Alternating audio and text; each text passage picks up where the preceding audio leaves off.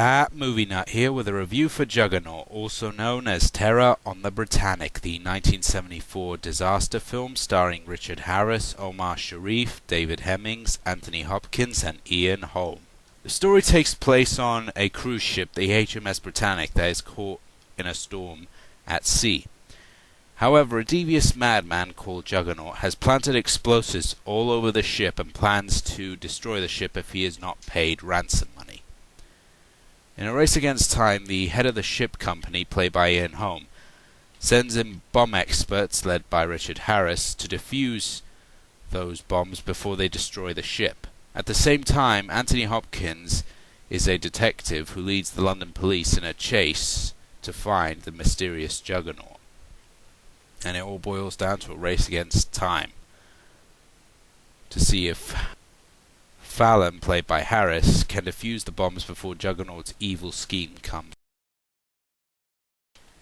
The acting all around is pretty good. This contains a number of familiar faces, such as Richard Harris, who you might also know from one of my favourite films, Cromwell, as well as Dumbledore from the first two Harry Potter films, Omar Sharif from Dr. Zhivago, Anthony Hopkins from movies such as Bram Stoker's Dracula and the Hannibal films, and Ian Holm, who of course you might know from Lord of the Rings as Bilbo. And they all turn in really good performances, each one portraying their characters convincingly, with Harris's character Fallon being very interesting as we see him struggling against time and the elements since he is on board a ship which are in the middle of a storm, trying to defuse these bombs without killing himself or his fellow bomb diffusers. And Sharif turns in a good performance as the captain, and you do feel that he may be prickly at times, but you do feel that he is concerned about the safety of his ship and trying to keep everything calm, and he does come off as very genuine.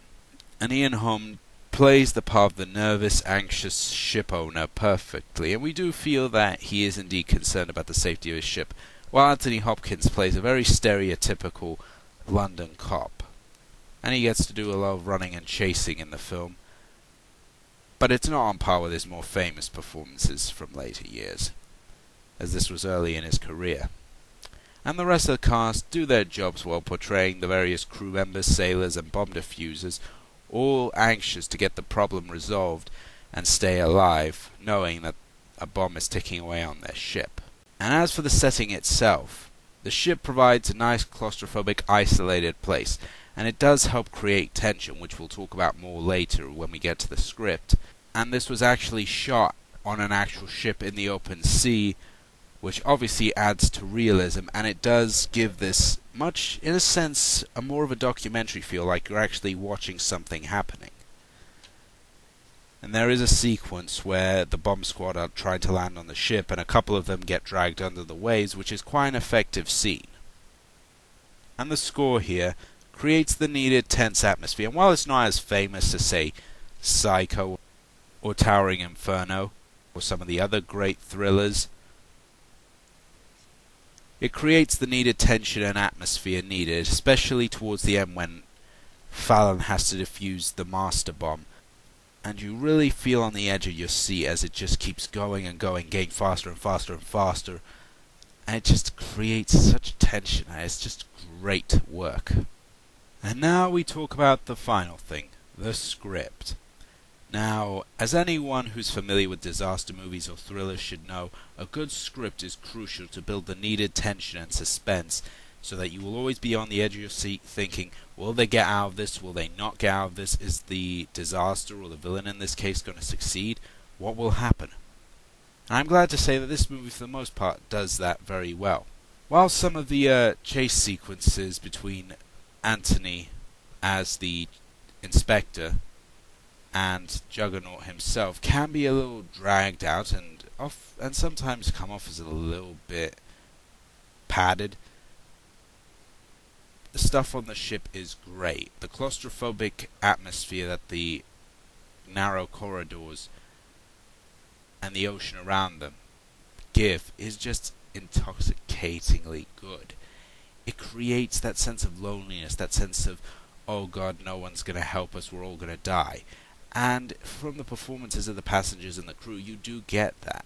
And while at the beginning it does come off as a little slow, and it spends maybe a little too long setting up the ship and trying to explain what these people are doing on there, and parties and such, when it gets going, once we meet Fallon for the first time after he defuses a small bomb at a museum, then the film starts picking up pace, and especially the last half when Fallon and the crew have to defuse the bombs around the ship, it gets really tense, and you're on the edge of your seat, the music's pounding, you see Harris sweating and his fingers shaking as he's trying to approach the wires in the bomb, and you just can't help but feel immense tension, and you just think, oh god, is he going to do it, is he going to do it, is he going to die or not?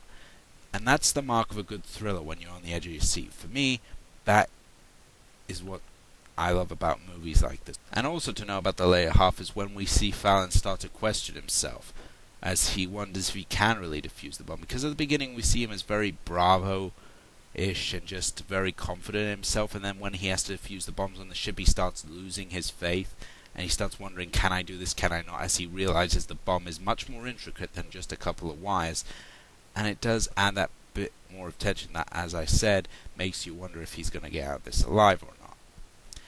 And let's not forget, the man has a couple of hundred people on board the ship to put on his shoulders. And that just adds. And while I'm not saying that this is the deepest thrill ever, you can definitely feel that this is some big stuff. There is big stuff going down here. And the villain Juggernaut himself is not very obvious at the beginning, which again is the good mark of a thriller, and it leaves you guessing. And for the most part, I assumed that he was just going to be some random terrorist guy, but it turns out that he's actually a character that we see a couple of times in the film.